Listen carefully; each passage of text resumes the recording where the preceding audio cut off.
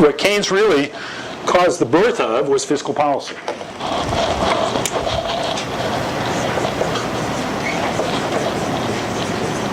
And fiscal policy refers to changes in government spending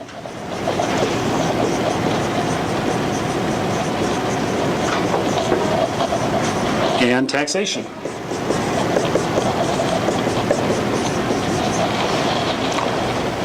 Government spending and taxation. That's what fiscal policy is. And if you if you remember your civics classes or government classes in high school, or have taken some other courses here in college, you'll remember that fiscal policy basically is the purview, or is in the domain of the legislative branch and the executive branch. The legislative branch has to pass the laws, appropriate the money, and or change taxes. The executive branch at the president level has to approve it in terms of vetoes and signing bills and all of that. And then the executive branch is the one who actually has to implement the policy.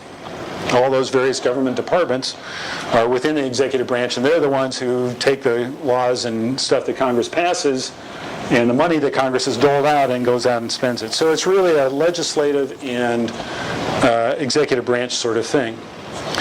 Now remember, and just think about that, all those government agencies and hundreds of thousands of employees, all the people in Congress and their staff and all of that, and then sort of down the streets, the Federal Reserve Bank with, I don't know, maybe 1,000 staff members or something like that, and a board of governors and some other folks, but pretty small little operating shop compared to the legislative and executive branch, and yet the Federal Reserve has as much, if not more, control over our economy than the other two monetary policy. So it's a real interesting David and Goliath sort of comparison size-wise.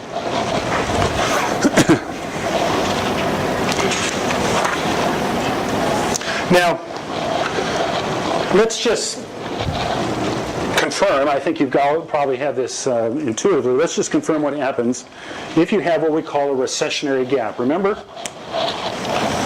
We're looking at aggregate demand and aggregate supply. We had this long-run aggregate supply curve, which was equal to potential GDP, how much we could produce using our scarce resources over a long period of time, so it's a good place to be.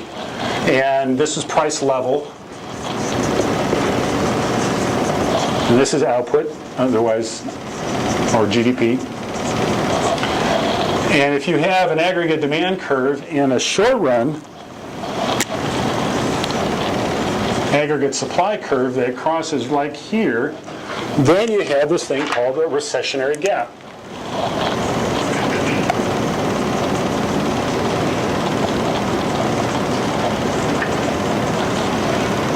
That gap is that distance to the left of where you are. If you're only operating at this level of output, and you could be up there, that means you're falling short of your potential output.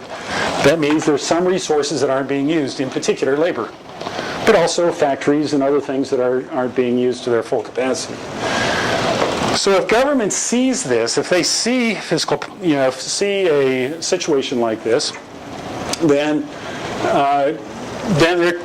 they're tempted to try to go in and fix it. And now we're going to be talking about fiscal policy for the rest of practically the rest of the week. So Congress and the White House decide there's something we ought to do to try to close that gap. So if we're faced with that gap, what do we do with government spending? Increase it or decrease it? Increase it, right? If you have a recessionary gap like that. Remember how GDP has those four initials: consumption, investment, government spending, net exports.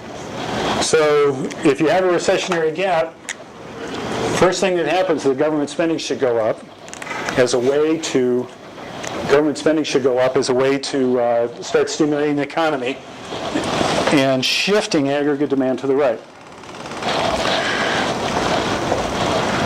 We also learned, we've done this, right? We've already talked about the multiplier. Yes? Yeah. I get confused over this class and another one I had. If you start spending money here, it's going to it's going to cascade through the economy and we'll start seeing more consumption, more people and businesses buying things, and we'll start seeing more investment, more businesses and individuals buying things for investment purposes, like buildings or rental homes or whatever. And so this initial shot in the arm through the multiplier effect actually causes a lot more GDP through those other things, through consumption and investment. The other thing you can do is you can reduce taxes. The other thing you can do is reduce taxes, because what that does is leave more money in the pockets of people. And now taxes don't change government spending. In a sense, it feels like it's money going out of government coffers, but that's not really the case.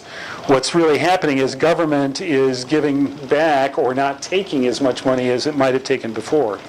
So when you have a tax cut, G here isn't affected.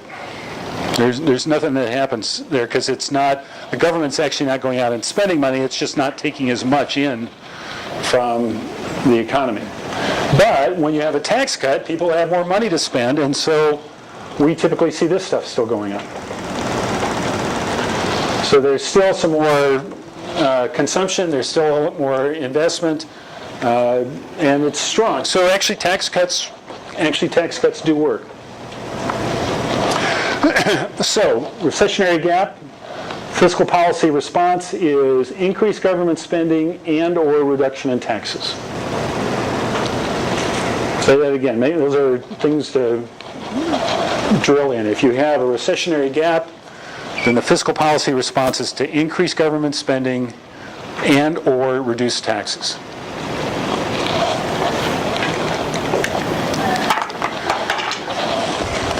Now, if we have the reverse, if we have an inflationary gap, I won't draw too many lines up here, but if we have an inflationary gap, if the economy is red hot and it's in danger of getting into an inflationary spiral and we need to cool it down, then we do the opposite, which is part of what Keynes was arguing if you got too high here on this peak. If you have an inflationary gap, then what you want to do is slow down in government spending and raise taxes. Just the opposite. And what those two steps would do would be to sort of to shift aggregate demand back to the left. If we're over here to the right of this curve, we want to get it back to line up with our potential GDP. In order to get it back, this would be the fiscal policy solution: reduce government spending and increase taxes.